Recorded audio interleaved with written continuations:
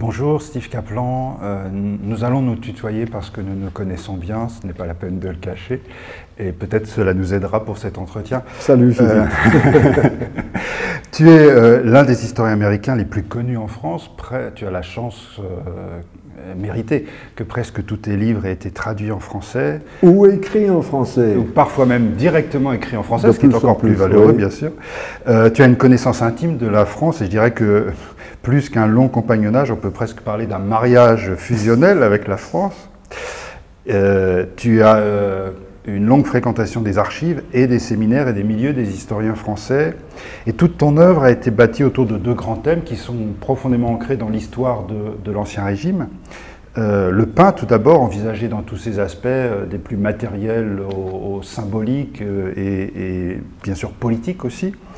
Et puis, deuxième volet de ton œuvre, le monde artisanal et les corporations de métiers. Et le lien entre les deux, parce qu'il me semble assez net, c'est que tu as mené au fond, dans toute cette œuvre, une réflexion originale sur les formes de régulation de la vie économique et sociale en France, envisagée dans la longue durée, puisque tu vas du XVIIIe au XXe siècle, mais quelquefois vice-versa.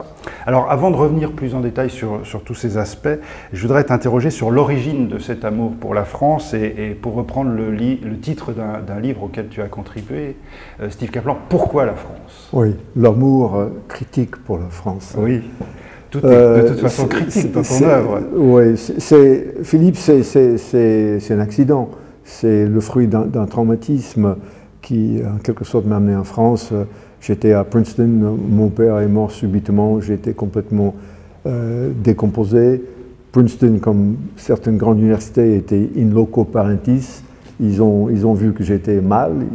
Ils m'ont donné un billet pour la France, parce qu'à l'époque, pour être un honnête homme, il fallait avoir ces lettres françaises. Et mon prof, qui était un homme extraordinaire, mon directeur d'études, il s'appelait Charles Gillespie, qui était aussi un grand francophile. Il avait un beret, il avait un DS, peut-être un des seuls DS côte est américain. Et il m'a donné aussi, de la part du président de Princeton, une lettre au président de l'SN, du MEDEF de l'époque, qui était le CNPF, leur demandant de me donner un travail. Donc je suis venu en France et j'ai eu un travail grâce au MEDEF de l'époque, chez Vin de Postillon, dans la Ceinture Rouge, à Ivry-sur-Seine. Donc, tu as parlé de pain. Avant d'être dans le pain, ce juif de Brooklyn était dans le vin. Donc, quelque part, je suis un eucharistique recomposé. Et c'était là où, en 62, je découvre le colonialisme, le décolonialisme, la guerre d'Algérie, l'existentialisme, Boris Vian, l'amour, le sexe, enfin, parce qu'à Princeton c'était interdit, sauf entre garçons, et là je ne savais pas. Donc c'était pour moi un moment sismique, un moment extraordinairement bouleversant parce que j'ai amené ma tristesse, et je ne peux pas dire que j'étais guéri, mais je peux dire que cette France-là, c'était autre chose. Mon père, qui avait été un avocat communiste, et après vice-président du Parti du travail américain, il m'a parlé beaucoup de la classe ouvrière, mais je ne connaissais pas. Et là, à Vin de Postillon, il y avait des prêtres ouvriers bien à gauche de la CGT qui tenaient la machine avec le PCF d'Ivry. C'était extraordinaire. Ta première rencontre avec la société française véritable, vivante, c'est le monde ouvrier autour de ce commerce des vins qui étaient les vins du Postillon. Mais c'était ça, mais dans le paradoxe perpétuel de la France, on était logés, moi et deux copains de Princeton, qui étaient là déjà, dans un appartement de 300 mètres carrés rue Jacob, qui appartenait à une comtesse, un déliquescence qui est parti au Canada. Donc j'avais une vie quelque part au quotidien de luxe, mais je partais dans mes bleus de travail à 6 h tous les matins pour aller à Ivry-sur-Seine, métro Liberté, traverser Vincennes.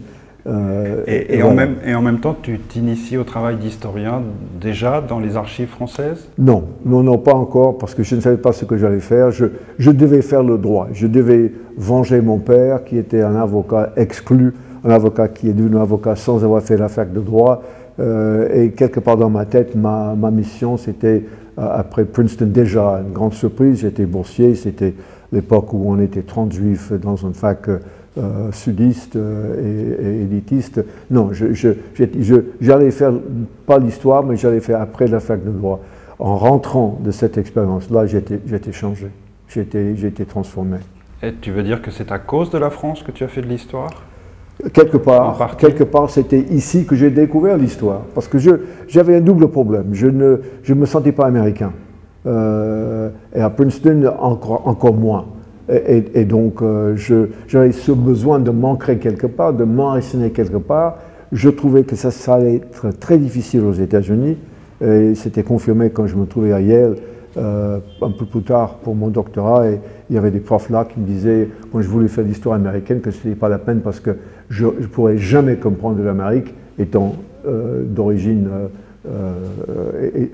étrangère, étant pollué, étant souillé par quelques péchés originels. La France avait les bras ouverts pour moi. La France, c'était pas pour moi la France héritière de Vichy, c'était pas la France de l'antisémitisme ancré, c'était une France qui m'aimait. Et les seules frictions, c'était entre les gens de l'OS qu'on rencontrait parfois tard la nuit et les autres. Donc, non, là, c'était libératoire, c'était un moment extraordinairement émouvant et puis, on dirait en anglais empowering. Ça m'a donné l'idée que je pouvais, je ne sais pas quoi, mais que je pouvais, que je devais. Et je dois ça à la France. Et à partir de ce moment-là, donc nous sommes au début des années 60, tu n'as cessé de venir en France, d'y faire des séjours prolongés. Et donc, une fois ta vocation d'historien affirmée, est-ce que tu as connu la France de mai 68, par exemple? Est-ce que c'est une expérience qu'avec des yeux états-uniens, tu as pu observer? Je crois que j'étais la dernière personne de faire l'achat d'un vélo à la Samaritaine avant la fermeture pour la grève générale. Et j'ai fait mai 68 à Paris, en vélo, en allant voir les Catanguay le matin à l'Odéon, en passant à la Sorbonne, en passant ailleurs, et puis en affrontant le CRS, j'étais à la fois dedans et dehors. Et d'ailleurs, c'est un peu le leitmotiv de ma vie française. J'essaie toujours d'avoir un pied dedans et un pied dehors. Et mai 68, c'était extrêmement formateur pour moi, c'était fondateur. Et bien sûr, on s'approche de la 50e anniversaire et j'y pense beaucoup. Et donc, à l'époque de 68, là déjà, tu es historien, tu es parti dans les archives, ça commence. Et quels sont les historiens français qui t'ont marqué à ce moment-là? Y en a-t-il que tu as rencontrés, qui t'ont été recommandés peut-être par tes mentors de Yale? Oui, il y avait déjà, j'ai commencé d'abord dans l'histoire américaine. Quelque part, j'étais toujours à la recherche de mon ancrage américain et je me suis dit, si je fais l'histoire du sud des États-Unis, ça c'est une façon réellement de devenir encore plus américain que les Américains, plus royaliste que le roi. J'avais un prof là, Woodward, qui était formidable, mais au bout de 2 ans, j'ai compris que la France, ça me manquait cruellement. Et donc, j'ai annoncé que j'allais faire autre chose. Et j'ai commencé à lire tout ce que je pouvais trouver. À Yale, c'était une bibliothèque formidable. Et j'ai commencé avec les annales de Bloch et de Fèvre. Et j'ai lu chaque page de chaque numéro depuis le début jusqu'à la fin. Et c'est là-dedans où j'ai compris que je voulais faire l'histoire totale. Je suis tombé dans la mégalomanie, je suis tombé dans ces excès d'hubris de l'époque. Car à l'époque, l'historiographie française était quasiment à son sommet. Elle était dominatrice. Et quand j'arrive en France, ce n'était pas le biais des non-méliens, c'était que j'avais un prof à Yale qui était le copain de Meuvray, qui avait été bibliothécaire rue d'Ulm, qui lui faisait des subsistances et qui connaissait tout le monde. Et c'était précisons qui est Jean Meuvray. Jean Meuvray, c'était un homme à la fois très discret et très important, qui a fait une thèse monumental qui n'était jamais publié de son vivant, qui avait donc cette extrême humilité, mais qui savait aussi que la vérité, il pouvait la trouver, et elle se trouvait dans les archives, mais surtout dans les archives, derrière une salle des fêtes d'une mairie, quelque part dans le Seine-et-Oise, et donc il m'a donné le goût des archives. Il m'a remis sur pied, parce que j'arrive des États-Unis en disant, Monsieur Murray, je veux étudier les subsistances, je veux travailler sur les meuniers, sur les boulangers, comment est-ce que je vais trouver la clé pour avoir un échantillon scientifique, comment est-ce que je vais pouvoir... Et donc je parlais un langage qu'il ne comprenait pas, il m'a dit, tu vas aller aux archives, tu vas dépouiller, et puis tu vas... Et ça va te convaincre comme ça. C'était une méthodologie relaxe, très détendue, mais c'était un homme extraordinaire. Et j'ai fait comme beaucoup d'autres, la montée depuis la Sorbonne jusqu'au RER, c'était pas encore le RER à Luxembourg, c'était à peu près 1h30 de marche, parce qu'il s'arrêtait tous les 2 pas pour faire une intervention, pour faire une grande conférence sur un type de blé, sur une forme de charrue, sur un droit de péage. Et c'était une initiation absolument extraordinaire. Et c'est ce grand savant, très érudit, peu connu, mais dont l'œuvre a été importante, et puis il a semé beaucoup de graines, si j'ose dire. Oui.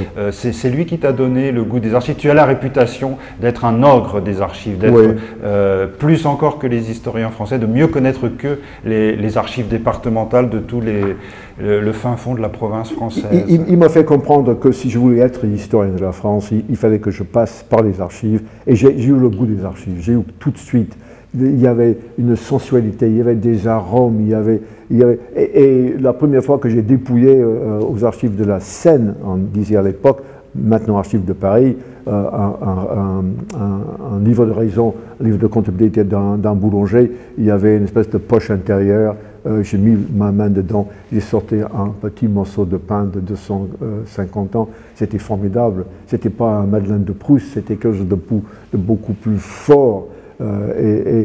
Oui, moi je crois encore aujourd'hui, quand on m'oblige de travailler en ligne ou sur microfiche ou sur microfilm, c'est comme quand on me donne un mauvais pain, c'est un affront, c'est pas acceptable.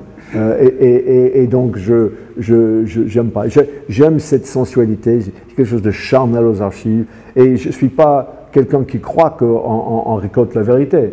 Je suis pas quelqu'un qui tombe dans ce positivisme-là, même si je trouve parfois qu'on stigmatise excessivement par ce mot positivisme beaucoup de choses. Je sais qu'aux archives, chaque geste que je fais exige toute une épistémologie, et c'est dans une lecture et dans une exégèse critique des archives que j'arrive à trouver non pas la vérité, mais à reconstituer un passé que je peux interpréter. Alors, parmi les historiens français de cette époque, la fin des années 60, début des années 70 qui compte, il y a Ernest Labrousse, et j'ai pensé à lui parce que dans 2 ou 3 articles plus ou moins autobiographiques où tu racontes ton parcours, tu as cette formule, tu es un addict du LSD, par lesquels tu désignes la longue durée, les structures et la daily life, la vie quotidienne. Est-ce que ça vient de Labrousse, de la rencontre avec Labrousse ou de séminaires de cours de Labrousse à la Sorbonne, ou pas du tout? Ou c'est autre chose? C'est le fruit, disons, d'un croisement entre Labrousse et Braudel, et cette tension permanente entre Labrousse et Braudel qui faisait semblant de collaborer sur un tas de choses, mais qui vivait dans une espèce de guerre de religion un tout petit peu larvée.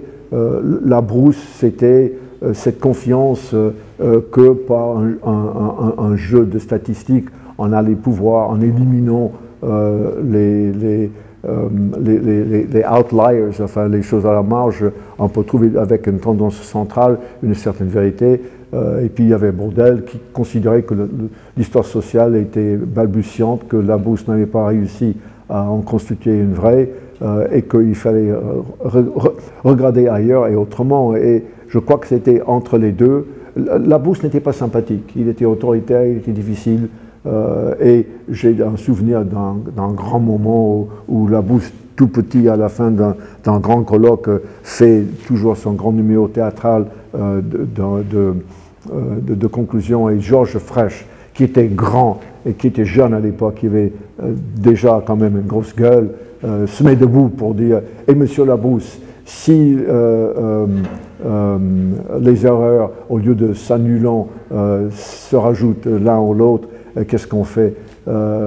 C'était un grand moment pour moi de fronde, de rébellion contre les chefs. Mais la synthèse entre Braudel et Labrousse, pour moi, c'était Pierre Goubert.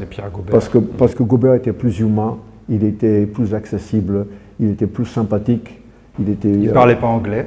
Il ne parlait pas un mot d'anglais. Et il a fait des interventions à Yale et à Cornell dans une langue que je ne peux pas comprendre, que je ne peux pas expliquer, mais c'était ni l'anglais ni le français. Mais il avait d'abord le pif, il avait le flair, il avait cette capacité aussi de te donner l'impression que tu n'étais pas bête.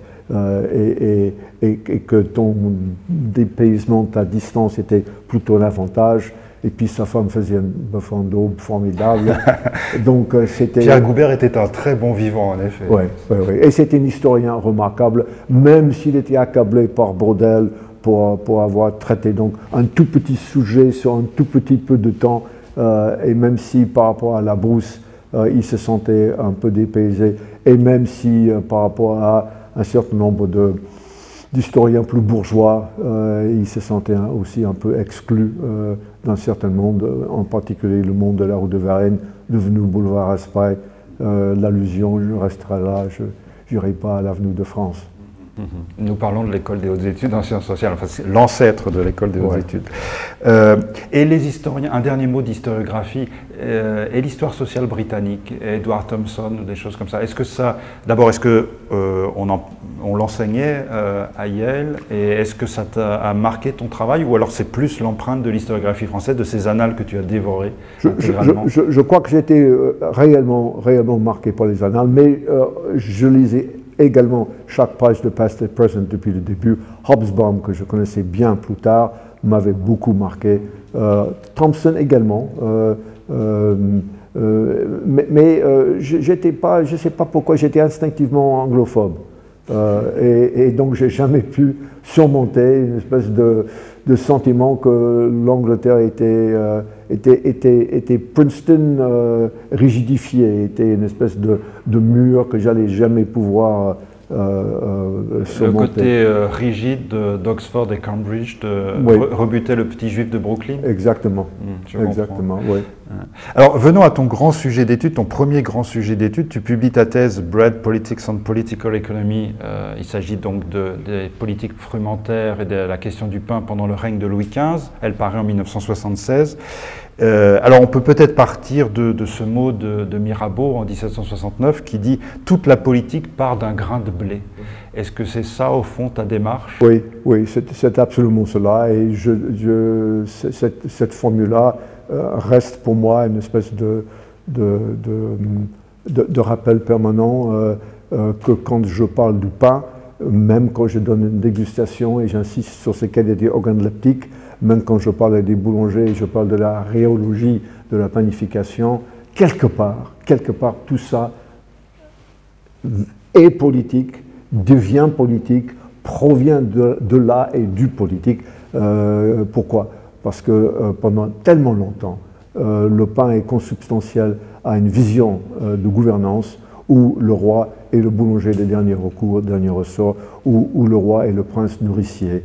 Et on a là une forme de régulation déjà qui plus tard va devenir, sous d'autres guises, l'État-providence, l'État dirigiste, l'État comme emblème de justice sociale. C'est pas Tocqueville pour moi, même si Tocqueville insiste sur cette tension entre liberté et égalité qui, pour moi, scande toute l'histoire de la France et nous donne un petit paradigme, simpliste, réducteur sans doute, mais qui nous rappelle que depuis le XVIIe, à la fin du XVIIe, depuis ton Colbert à toi, le Colbert que tu as réinventé et que tu as réhabilité quelque part, jusqu'à jusqu'à la Deuxième Guerre mondiale, jusqu'à hier, on est toujours dans cette optique-là, c'est-à-dire cette tension entre une société complètement régentée par l'égocentricité économique,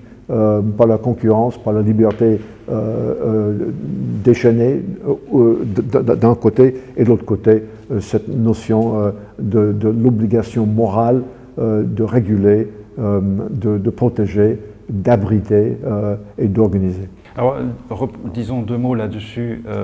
Précisément, si le règne de Louis XV est intéressant, c'est parce que c'est le moment où la monarchie, qui a toujours eu, enfin depuis longtemps, a eu le souci de répondre à l'angoisse des subsistances, et ça fait partie d'une sorte de contrat moral, comme tu l'as dit, entre le roi et ses peuples, que d'assurer la subsistance de ça fait partie de la responsabilité du roi. Exactement. Mais en même temps, c'est le moment où on commence à parler de réforme libérale. Oui. Et donc, je trouve qu'on a là un thème d'histoire politique très très intéressant, qui est celui de la réforme. Alors, pourquoi est-ce qu'il est si difficile de réformer? Que veulent les réformateurs, au fond, et pourquoi est-ce qu'ils n'arrivent pas à leur fin? Tu peux poser la même question à Manuel Valls aujourd'hui, par rapport à M. Martinez, peut-être.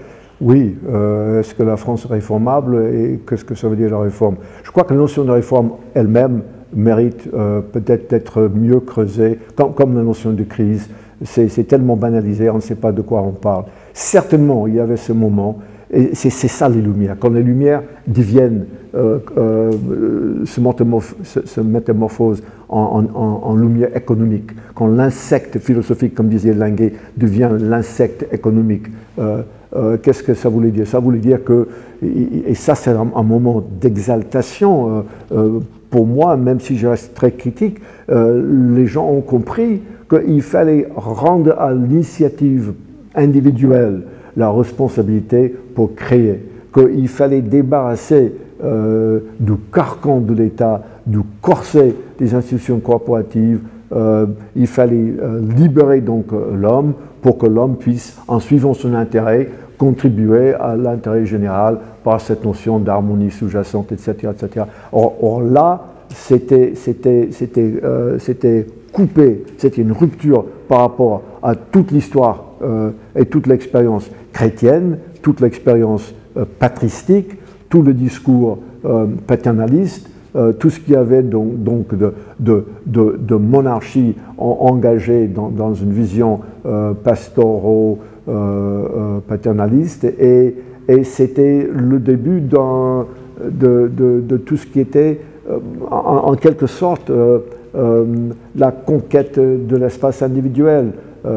Et je vois donc, par exemple, dans la physiocratie, quelque chose de héroïque, quelque chose d'audacieux, mais en même temps quelque chose d'odieux, quelque chose de terriblement cruel, car finalement, c'était pas Marie-Antoinette qui disait qu'il mange la brioche. Quelque part, c'était ces libéraux mêmes-là qui, en mettant fin au contrat social de subsistance, en disant dans la bouche du roi que désormais débrouillez-vous, c'était à ce moment-là qu'une espèce de politique proto-darwinienne, proto-social-darwinienne s'installe, et dès ce moment-là, on est dans une logique qui va être reprise par Le Chapelier, qui va être reprise par Bastia, qui va être reprise par évidemment tout ce qui relève de cette vision libérale, qui est une vision, comme je viens de dire, à la fois extraordinairement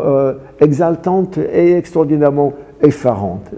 Mais c'était ce levier-là qui était le levier de ce qu'on appelle la réforme. Et ici, il s'agissait d'une réforme totale, c'est-à-dire une structure sociale qui était basée désormais sur ce qu'on peut conquérir dans le marché dans le sens le plus large. C'était un monde qui était régenté par des lois de la nature, c'est-à-dire par l'intérêt particulier. Et c'était une société où toute forme d'intervention étatique était a priori interdite, car gratuite, car rabougrissante par rapport à la capacité de cette société de s'assumer, étouffante par rapport au rôle des individus. Et il est clair que dans la pensée des libéraux, jusqu'à Turgot, qui est peut-être le plus emblématique de ces politiques-là, c'est une transformation d'ensemble qui doit apporter la croissance, nouvelle idée de l'économie politique du XVIIIe siècle. Simplement, la phase de transition vers cette croissance qui allait faire qu'enfin la France puisse se nourrir convenablement, et toute la France, dans cette phase de transition, il y a une césure et beaucoup de perdants à un moment. Parce que la rupture des liens et des solidarités communautaires, c'est le sacrifice des plus pauvres. Sacrifice peut-être temporaire, mais sacrifice... Absolument, et c'était Necker qui a fait l'éloge de Colbert, qui reproche vivement à Turgot de ne pas comprendre qu'il y a un combat obscur, permanent, entre les riches et les pauvres, entre la propriété et ceux qui n'en ont pas, et que le problème libéral, c'est justement le problème de transition, mais la transition vers les dents, vers l'Eldorado, va pas être, comme disait Turgot quelques années, va pas être réglé par l'égalisation du prix grâce à l'entrée de la France dans le marché commun européen, parce qu'on parlait déjà comme cela. Necker avait bien compris, comme Lenguet, comme Galliani, que cette transition allait devenir plutôt une espèce de lutte des classes en permanence, et je crois qu'il n'avait pas tort. Et alors si on passe à ton deuxième sujet, les libéraux sont aussi des acteurs centraux de ce deuxième sujet, les corporations et le monde des métiers. Comment, en quelques mots, comment es-tu venu du pain au monde, peut-être par la boulangerie, je ne sais pas, au monde des corporations et à la critique libérale des corporations? Oui, ben, j'ai compris très vite que le monde était structuré par une vision coopérative, que le roi tenait une grande chaîne et chaque maillon était une corporation. Ça peut être une université, ça peut être un collège d'acteurs, ça peut être une compagnie, entre guillemets, comme un parlement, ou ces milliers et milliers de communautés d'art et métiers qui se trouvaient un peu partout, ou même par des structures informelles qui étaient des corporations non incorporées, qui organisaient les gens, parce que tout le monde comprenait que seul on n'arrivait pas. Je reprends donc le slogan de Hillary Clinton contre Trump. Il faut faire ça ensemble. Et cette notion donc de solidarité, cette notion d'une communauté morale qui précède leur communauté économique, c'était absolument central. Et les libéraux ont compris, c'était à la fois un constat, je crois erroné d'ailleurs, ethnographique pour eux, et évidemment le fruit d'une vision idéologique extrêmement rigide, un lit de Procuste, que si on n'enlevait pas la mainmise de ces corps intermédiaires, comme aurait dit Montesquieu, si on laisse faire ces amortisseurs, on va asphyxier toute initiative, on va empêcher toute innovation, on va empêcher la France de s'exprimer pleinement, de devenir aussi puissant que les Anglais, etc. Or, toi, plus que tout autre historien, tu connais que les corporations n'étaient pas du tout comme cela, grande variabilité bien sûr, mais un système beaucoup plus souple qu'on ne le prétend, un système qui justement faisait place à l'innovation dans une logique qui était peut-être pas très logique, mais qui finalement, je crois, trompait les propres statuts de ces corporations. Moi, je tombe sur ce sujet parce que je vois tout de suite que tout en désacralisant le pain, les libéraux devaient aussi désacraliser les structures structurantes de cette société pour qu'on puisse vraiment transformer cette France et installer une autre façon de valoriser et l'homme et la société. Donc oui, j'ai trouvé des boulangers incorporés, j'ai trouvé des marchands de grains qui ne l'étaient pas, mais surtout j'ai trouvé une idéologie corporative, pas corporatiste, mais corporative, qui était consubstantielle même à la notion de monarchie. Donc, s'attaquant aux corporations, c'était une autre façon de s'attaquer à cet étatisme, ce dirigisme qu'on retrouvait incarné par le prince nourricier. Mais paradoxalement, certains historiens qui se sont appuyés sur tes travaux et qui s'en sont inspirés ont montré cela. À l'étape de la Révolution française, lorsqu'on veut supprimer tout ce qui peut faire écran entre l'individu et l'État, lorsqu'on veut donc libérer, qu'on prétend libérer les individus, en supprimant toute forme de ce qu'on appellera ensuite les corps intermédiaires, des gens comme Jean Pierre Hirsch ou Pierre Rosanvallon ont insisté sur le fait que finalement, en individualisant à l'excès, il ne restait comme solution, comme recours régulateur que l'État. Et d'une certaine manière, l'étatisme qui marque d'une certaine manière la France contemporaine est issu du libéralisme dans sa version la plus individualiste, qui est un paradoxe tout à fait étonnant. Absolument, l'État se trouve orphelin en quelque sorte, donc encore plus puissant. Turgot disait que pour réaliser le libéralisme, il fallait une bonne dizaine d'années d'absolutisme très dur. Je crois que certainement le gros problème du libéralisme, une fois réalisé au moins dans la loi, prenons la loi Le Chapelier par exemple, c'était la réalisation qu'il y avait une espèce d'asymétrie terrible, une espèce de grand vide, car il n'y avait pas de représentation sociale et l'idée que chaque individu de gré à gré pouvait traiter avec le patron, à la limite d'accord, mais avec l'État, comme on parlait à l'État. Dans le temps, on parle au roi à travers la chaîne qui est donc cette chaîne corporative. Maintenant, comment avoir voix vis-à-vis le pouvoir? Or, là, c'était un réel problème. C'était une erreur majeure, me semble-t-il, de la part des libéraux, qui était trop grisée par cette perspective de se libérer de toute contrainte. Et là, je crois que cette intoxication les aveuglait à un certain nombre de réalités qui auraient pu d'ailleurs aller dans l'autre sens, finalement. Donc tu as raison d'insister sur ces multiples paradoxes, des espèces d'apories qui finalement devenaient des impasses créées par des libéraux qui bloquaient le libéralisme. Et là, ton regard semi-extérieur d'américano-français est éclairant parce qu'il apporte toute la force heuristique de la comparaison entre les différentes manières dont ont été entendues les politiques libérales en Angleterre, dans le reste de l'Europe, en France, et aux États-Unis au XIXe siècle. Absolument. Je crois que ça me donne, comment dirais-je, peut-être un supplément de puissance de feu analytique quand je peux donc jouer au moins implicitement sur ces comparaisons-là. J'ai été formé par Palmer qui était un comparatiste. Je crois beaucoup à la comparaison, mais j'ai passé 6 mois également aux archives de Potsdam avant la chute du mur de Berlin, où j'étais suivi tous les jours par le Stasi en allant aux archives. Et j'ai compris que si je voulais faire pour les archives, pour les corporations de Berlin, ce que j'avais fait pour les corporations de Paris, il m'aurait fallu 10 ans. Et c'est ça le problème d'historien d'archives, qu'il va faire des choix, et parfois il est beaucoup plus limité qu'il ne veut l'être. Mais je suis un historien des archives parce que je crois toujours à l'administration de la preuve.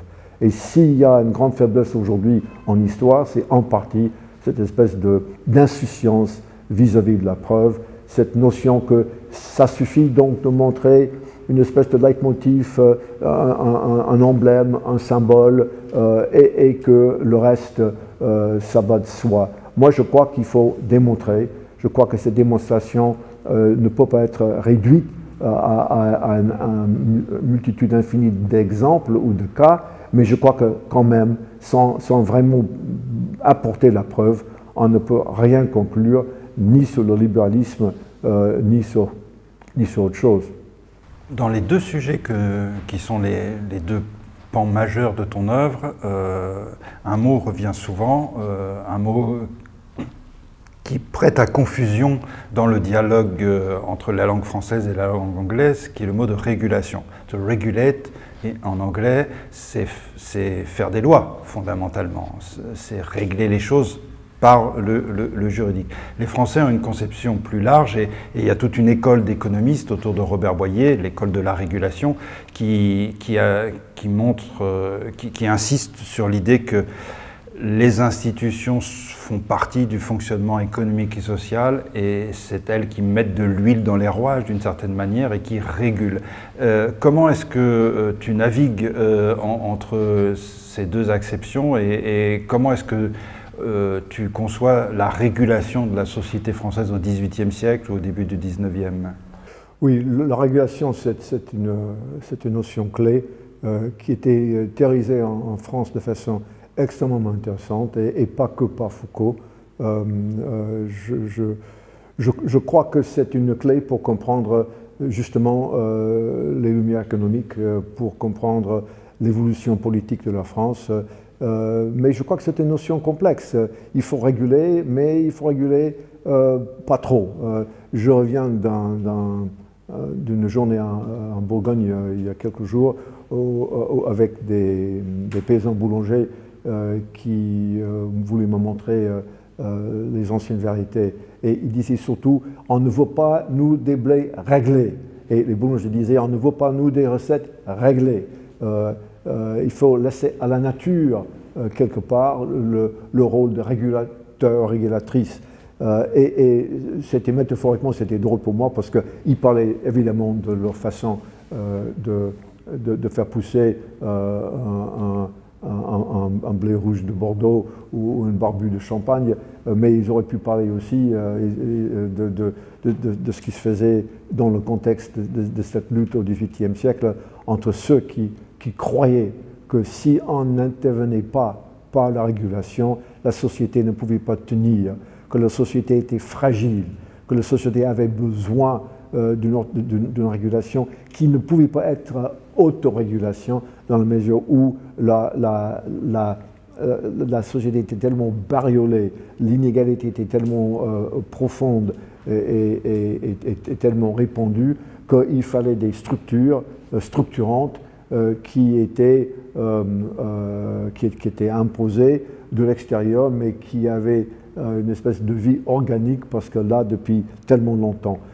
Moi, je ne crois pas je crois qu'il ne fallait pas reprendre le discours des régulateurs pour comprendre comment ça fonctionnait, tout comme je ne pensais pas qu'il fallait reprendre le discours des libéraux pour faire l'apologie d'une notion à laquelle nous tenons tous, c'est-à-dire la liberté, mais je crois qu'il y a dans ces mots-là une espèce de jeu, de tension, et c'était dans cette tension-là qu'il fallait trouver le fonctionnement des choses. Je pense à la phrase de Wittgenstein que la philosophie, c'est l'ensorcellement par le langage. Et ici, je crois que le langage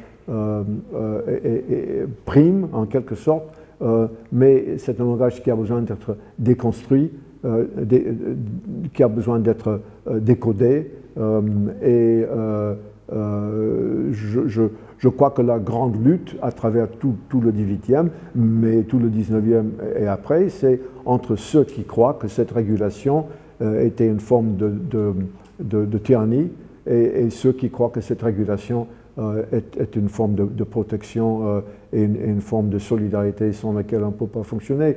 Je vois ça autant en 1947, quand la France crevait de faim et quand la CGT faisait une espèce de taxation populaire, comme on faisait à l'époque de la guerre des farines 200 ans avant. Donc je crois qu'on est dans ces mêmes logiques. Il y a régulation implicite dans la notion coopérative, il y a régulation implicite dans la notion de représentation sociale dans toutes ses formes. Si on veut comprendre les sans-culottes, il faut comprendre la politique à l'intérieur des corporations, où il y avait des gens qui étaient plus régulateurs que d'autres, mais où il y avait un consensus sur la notion qu'on ne peut pas tout laisser faire. Et évidemment, comme tu le sais, même à propos de laisser faire, toute une école révisionniste nous montre que même Adam Smith n'était pas hostile à cette notion de régulation.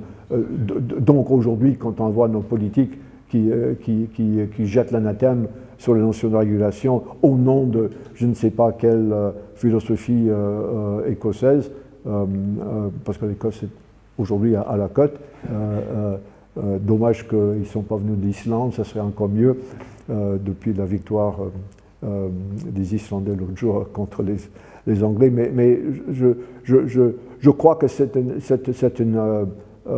question majeure et personnellement, quand je regarde ce qui s'est passé en 2008, quand je regarde ce qui se passe encore aujourd'hui, je tremble à la notion qu'il faut encore déréguler. Et je crois que cette obsession dérégulationniste, je crois que c'est une forme de nihilisme, c'est une forme d'égocentrisme, et je crois que la chose la plus dangereuse, c'est justement cette tentative de la part des gens comme Trump aux États-Unis d'épouser un certain populisme avec un nationalisme régulationniste qui cache vraiment un tas d'écueils, tout en reprenant un nombre de notions avec lesquelles je suis plutôt d'accord. Oui, le grand danger de la dérégulation qui livre tout au marché financier, c'est de jeter une partie des gens lésés ou qui se sentent abandonnés dans les bras du nationalisme populiste. Nous sommes en juin 2016 et nous vivons de façon très aiguë cette situation. Je voudrais, pour terminer, aborder un dernier volet de ton œuvre qui est plus de l'ordre de la passion politique peut-être au départ, bien qu'il y ait tout un travail d'enquête derrière. C'est qu'au moment du bicentenaire de la Révolution française, en 1989, tu as mené une très grande enquête sur la manière dont la France vivait le bicentenaire. Et dans un gros livre qui s'appelle « Adieu 89 », on a à la fois ce diagnostic de ce qu'est la société française à ce moment-là, dans ses passions politiques, dans ses interrogations, et puis aussi une enquête très très serrée sur le milieu des historiens. Et beaucoup t'ont vilipendé pour cela parce que tu parlais peut-être trop franchement. Une historienne française t'a apostrophé en disant que tu ne pouvais pas comprendre la Révolution française parce que tu n'étais pas français. Enfin bref, on a vu ressurgir des tas de tensions. Rétrospectivement, est-ce que tu regrettes d'avoir écrit Adieu 89 ? Je ne regrette absolument pas, mais ça m'a meurtri. Il n'y a aucun doute, c'était un moment où j'étais vomi par tellement de gens. J'ai commencé en France avec Meuvray et Goubert, mais aussi avec François Furet. J'ai fait du vélo avec François Furet. Il est venu chez moi, je suis allé chez lui. Au moment du bicentenaire, moi j'ai trouvé qu'il était dans une régression épistémologique que je considérais grave sur le plan historique, avec une histoire idéaliste, et qu'il était aussi dans une posture presque philistine par rapport à l'histoire archivistique, à l'histoire à la base d'archives. Je l'ai critiqué pas ad hominem, mais de façon, à mon sens, argumentée, parce que j'avais toujours pour l'homme beaucoup d'égards. Comme tu dis, j'étais vilipendé, même mon éditeur a tâché de me faire changer mon livre. Mon éditeur, c'était Claude Durand, c'était pas lui, c'était la personne avec laquelle je bossais, et Claude était formidable parce qu'il m'a affecté à quelqu'un d'autre, et le bouquin est sorti comme tel. Mais on me disait, ça se dit pas en France. Ça se dit pas en France. On parlait de la Révolution française, on parlait donc de la liberté de la parole, on parlait de l'affirmation de certaines valeurs. Et puis, on m'a refusé la parole. Bon, je ne vais pas me présenter en victime, je sais me défendre, mais c'était un moment macartiste pour moi, en France. J'ai trouvé ça extraordinaire que tous ces gens qui revendiquaient le libéralisme se comportaient comme des staliniens. Donc oui, c'était un moment traumatisant pour moi, mais qu'est-ce que j'ai eu des lettres, des dizaines, des centaines de lettres de profs, surtout au lycée, mais aussi de jeunes historiens qui me disaient « merci d'avoir fait ce livre-là ». En français, n'aurait pas pu le faire, et donc j'étais heureux de l'avoir fait. Je crois qu'on n'a pas encore réglé ces problèmes-là. Et d'ailleurs, comme tu peux imaginer, je crois que la Révolution française n'est pas encore terminée. Ah ben je crois on ne pouvait pas terminer autrement que par ces belles paroles. Donc merci beaucoup Steve Kaplan pour ce témoignage très précieux.